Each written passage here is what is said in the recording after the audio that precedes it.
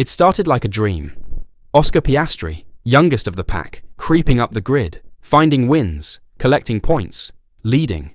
But suddenly, in the blink of an eye, the wind changed. What looked like a straight path to the top turned into a twisty climb. And behind the cheerful visor and determined helmet lies a truth few want to admit. McLaren has bad news for Oscar Piastri. It looked unstoppable. Piastri held the lead in the championship for 15 consecutive rounds. He built a gap, a comfortable cushion, 34 points ahead of his teammate Lando Norris and 104 points ahead of Max Verstappen after the Dutch Grand Prix. That's not luck, that's performance. Then something shifted. Enter the critique. Legendary champion Jacques Villeneuve looked at Piastri's slump and laid it bare. When all you have to fight is your teammate, maybe you don't push to that last limit, that last tenth of a second. He asked if maybe Piastri became complacent, resting on early success as Lando found his pace. Villeneuve observed, "When you drive within the limit, the car's perfect. And suddenly, you have to go a couple of tenths faster. You don't know why. You just get slower and slower." The message, Oscar may have peaked too early. And now the internal whispers ripple through Woking, the home of McLaren's Orange Thunder. CEO Zak Brown declared publicly that the team won't pay attention to external noise. He said, "We stay focused on ourselves, and we don't pay attention to external noise." He insisted McLaren want both drivers racing on equal terms, no designated number one. But mixed in that mantra is the harsh reality. Equal terms can create equal pressure. Then came the hardest blow.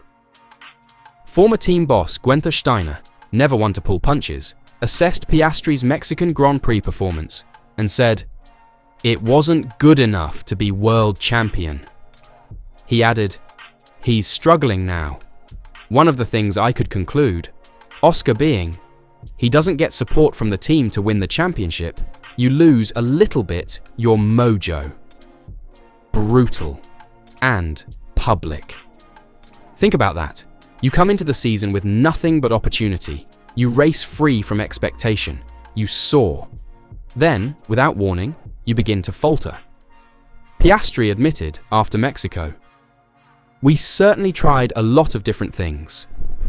I felt like I stared at the back of a lot of cars as well, so it was difficult to get a read on whether what I was changing in my driving was working that well or not." That's an admission of confusion, not dominance. So here we are, 4 races remaining. The championship lead has shifted. Lando Norris now sits 1 point ahead of Piastri.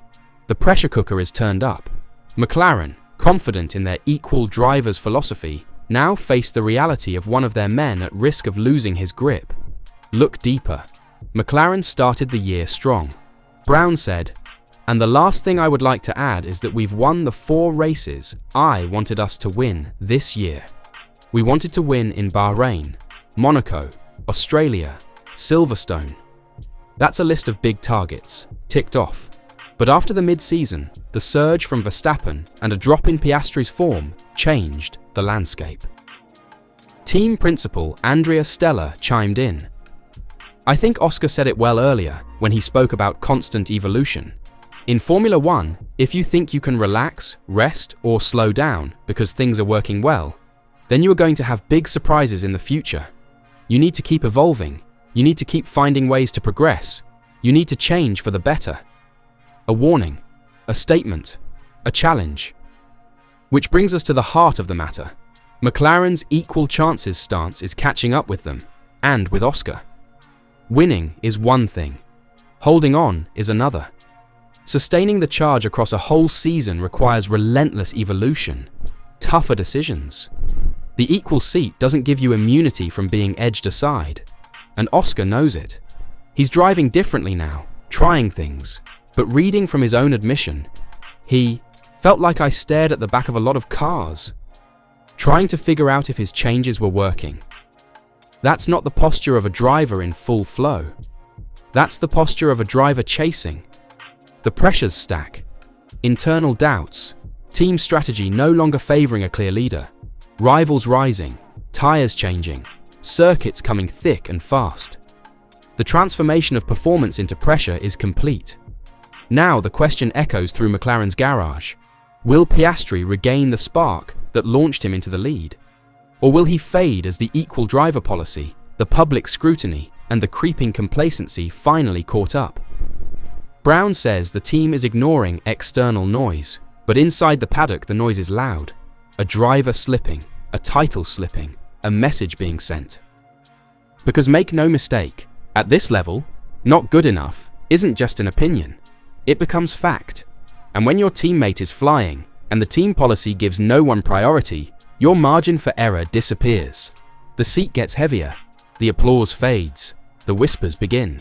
The numbers don't lie, but they don't tell the whole story either.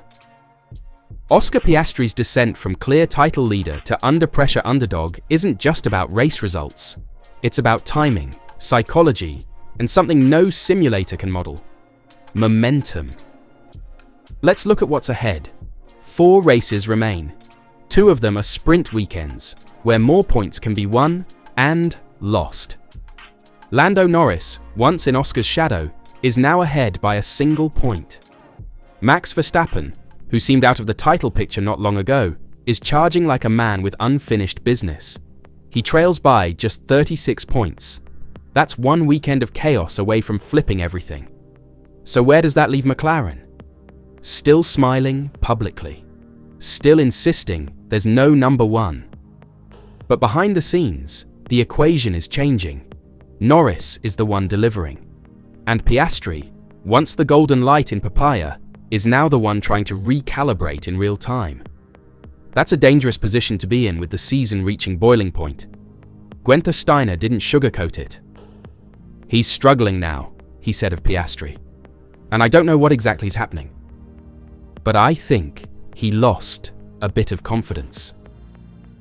That's not a performance critique. It's a character test. McLaren's strategy of equal treatment was noble. Let the best man win. But what happens when the best man is only clear in the final few laps of the season? Will the team hold its line, or will subtle shifts start appearing? A faster pit stop here, a better tyre strategy there. Decisions cloaked in data-driven logic that tip the balance without ever officially picking sides. And then there's the noise McLaren says it's ignoring. The noise from legends, fans, media. The noise that says, Piastri's not ready. Jacques Villeneuve's words weren't just analysis. They were a warning. He painted the picture of a young driver rattled by a teammate resurgence. A driver second-guessing his own style. A driver looking at data and seeing he's a tenth slower. Not because of car differences, but because Lando has stepped up. Villeneuve warned that this is the trap. This is how a title run becomes a collapse. And you could see that story written all over Mexico. Piastri started 7th. He finished 5th. But the number isn't what matters, it's how he got there. He tried a lot of different things, he said. But as he admitted, it was difficult to get a read on whether what I was changing in my driving was working. When the solution becomes guesswork, you're no longer driving the car. The pressure is driving you. Meanwhile, Lando Norris is doing exactly what a future world champion should. Peaking at the right time. His win in Mexico wasn't just about pace. It was a message. After a slow start to the year and weeks of playing catch-up, he's now in the lead. He's seized momentum while Piastri fumbled to hold on. And here's the hard part for Oscar. Everyone saw it. Everyone is now talking about it. The kid who once looked unstoppable now looks vulnerable. And the paddock doesn't wait for anyone to bounce back. Titles are won by those who adapt fastest, who respond under pressure, not just those who looked good in April. So, what happens now? Brazil, Las Vegas, Qatar, Abu Dhabi, high speed, low grip, variable weather, mental endurance, and for McLaren, a growing split in driver confidence. The drama's not just on track, it's philosophical.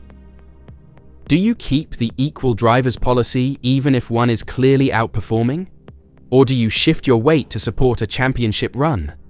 McLaren says they won't bend, but history suggests that when trophies are on the line, loyalties can shift quietly. And Piastri? He has two choices. He can fall into the trap of chasing tenths, overdriving, and spiraling further, or he can remember the version of himself that dominated the first half of the season. Calm, clean, confident. Because this isn't just about 2025. This is about what kind of driver Oscar Piastri will become. Will he crack under the spotlight? Or will this rough patch forge something stronger? One thing's for sure. Zach Brown and Andrea Stella are watching closely. The words from Villeneuve and Steiner are echoing louder. The gap between being a star and being a champion is wide. Right now, Oscar's looking for a way to cross it again. But time is running out. So we ask you, the fans, the lifeblood of this sport, has McLaren made a mistake by not backing one driver sooner? Has their quest for fairness ended up hurting Piastri's title chances? And more importantly, can Oscar Piastri still win this championship?